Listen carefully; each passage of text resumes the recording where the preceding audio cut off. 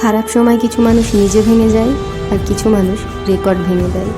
আর তফাৎ থাকে শুধু পরিশ্রমের। একবার একটা যুবক একটা সাধুকে জিজ্ঞেস করেছিল যে সফলতার রহস্য কী। তখন সাধু তাকে বলল, কাল তুমি আমার সাথে নদীর ধারে দেখা করো। পরের দিন দুজনে নদীর ধারে এসে দাঁড়ালো। তখন সাধু যুবকটিকে বলল, এবার তুমি আমার সঙ্গে নদীতে চলো। তারপর দুজনে নদীতে নামলো, আর ততক্ষণ নামলো যতক্ষণ না পর্যন্ত জল গলা পর্যন্ত চলে আসলো। তারপর সাধু হঠাৎ করে যুবকের মাথা জলের মধ্যে ডুবিয়ে দিল। সাধু অনেক শক্তিশালী ছিল।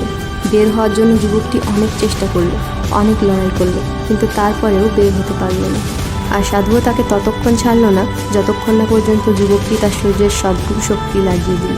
আর যখন সে বাইরে আসলো তখন সাধু তাকে জিজ্ঞেস করলো যে যখন তুমি জলের ভিতর ছিলে তখন তোমার কী মনে হচ্ছিল, তখন কি চাইছিলে তুমি? শুনে যুবকটি বলল, আমি শ্বাস নিতে চাইছিলাম। তখন সাধু বলল, এটাই সফলতার রহস্য। যতদিন না পর্যন্ত তুমি সফলতাকে ততটা মন থেকে চাইবে, যতটা মন থেকে তুমি তখন শ্বাস নিতে চাইছিলে, ততদিন তুমি সফলতা পাবে না।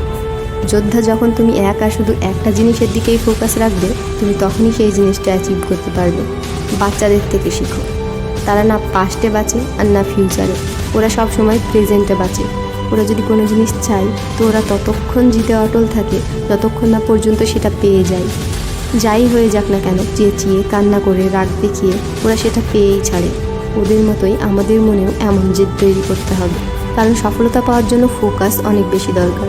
যে সফল হওয়ার ইচ্ছে রাখে তার মধ্যেই ইন্টেন্সিটি থাকে, আর যখন তুমি সেই ফোকাস আর ইন্টেন্সিটি পেয়ে যাবে তখন সফলতা তোমার দরজায় নিজে এসে বেল বাজাবে।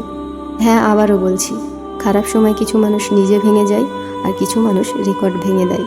আর তফাৎ থাকে শুধু পরিশ্রমে। আমি জেন রাভেল, এই চ্যানেলের ক্রিয়েটর। ভিডিওটি যদি তোমার একটুও ভালো লেগে থাকে তাহলে লাইক, কমেন্ট এবং চ্যানেলটিকে সাবস্ক্রাইব করে আমার সাথে থেকো।